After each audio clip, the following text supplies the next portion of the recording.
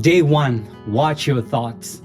Welcome to day 1 of Becoming Extraordinary. I'm Nimesh Quinkel, author of Become Extraordinary in 60 Days, a practical daily playbook designed to strengthen your mindset, career, habits, and personal growth. I also lead Cloud Pro AI, an AI and technology consulting company helping organizations solve complex business and technology challenges. Along with that, I also run data2insights.ai, an agentic AI data infrastructure platform that helps businesses turn fragmented data into actionable intelligence. Today, we are starting with something incredibly simple, your thoughts. But I want to begin with a question. How many thoughts have you gone through in your mind today?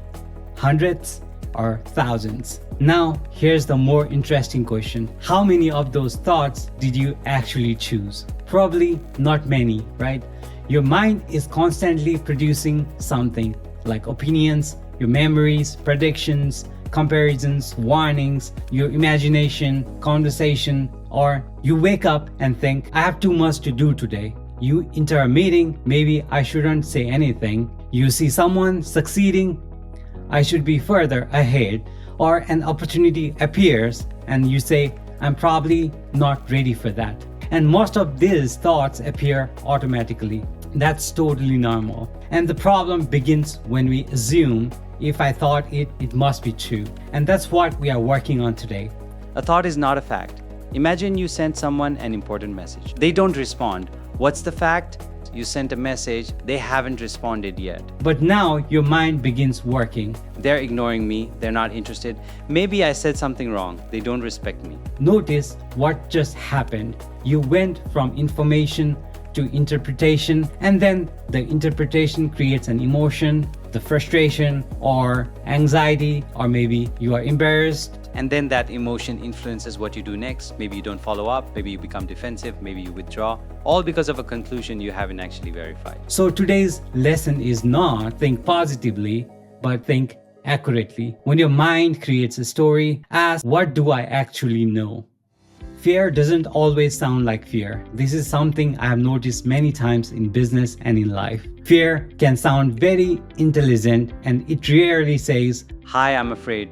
Instead, fear says, I'm just being realistic. Avoidance says, I'm waiting for the right time. Perfectionism says, I have high standards. And comparison says, I'm just ambitious. Sometimes those statements are true, but sometimes they are sophisticated excuses. Here's an example.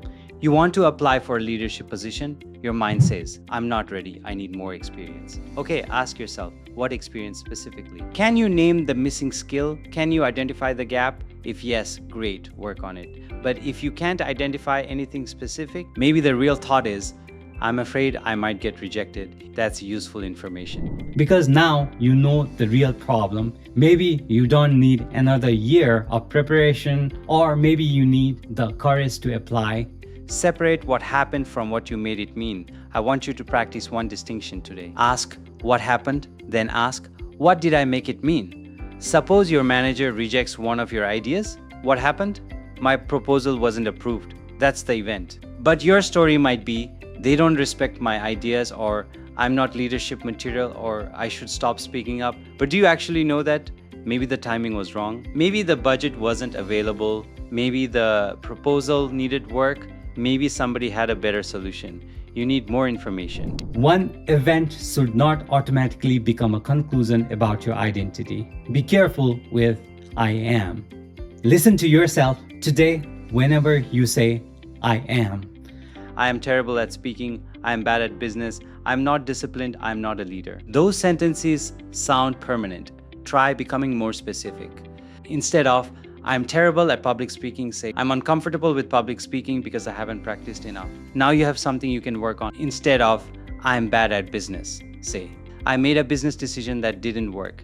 Now you can study the decision. And instead of I'm incapable of doing this, try I'm noticing the thought that I may not be capable of doing this. That's a subtle difference, but it's powerful. You are no longer becoming the thought, but you are observing it now.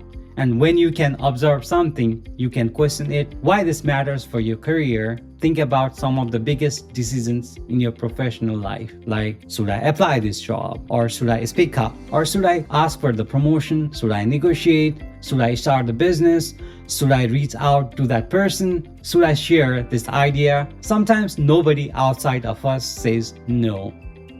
We say no first, they probably won't respond. Like your mind thinks, I'm not senior enough, someone else is better, I don't want to look stupid. Maybe those thoughts contain useful information. But if a thought is going to influence your future, then question it first. Your day one challenge, here's what I want you to do today. Catch 5 thoughts, especially when your mood suddenly changes.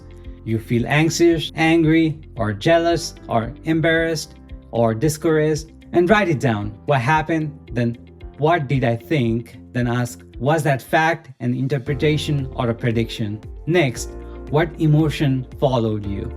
And finally, what did that thought make me want to do? Does it want you to avoid, defend, stay quiet, or quit, or take action? Then write one more sentence.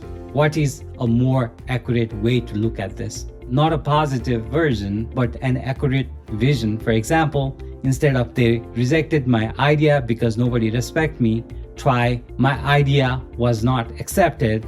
I don't know all the reasons yet. I can ask for feedback. That's more useful, right? So 5-minute practice today. Sit quietly for 5 minutes, then breathe naturally. Your mind will wander. That's okay. Whenever you notice a thought, silently say, thinking, and return to the breath. That's all. Thought, notice, return. Don't judge yourself. You are training your ability to notice when your attention has been captured. Tonight, look at your 5 thoughts. Ask yourself one question. What thought have I been obeying without questioning? You don't need to eliminate it today, just recognize it, because you can't change a pattern you can't see. That's day 1. Today we examine what your mind says. Tomorrow we are going deeper. We are going to look at how you speak to yourself when things don't go well. I'll see you tomorrow for day 2. Thank you.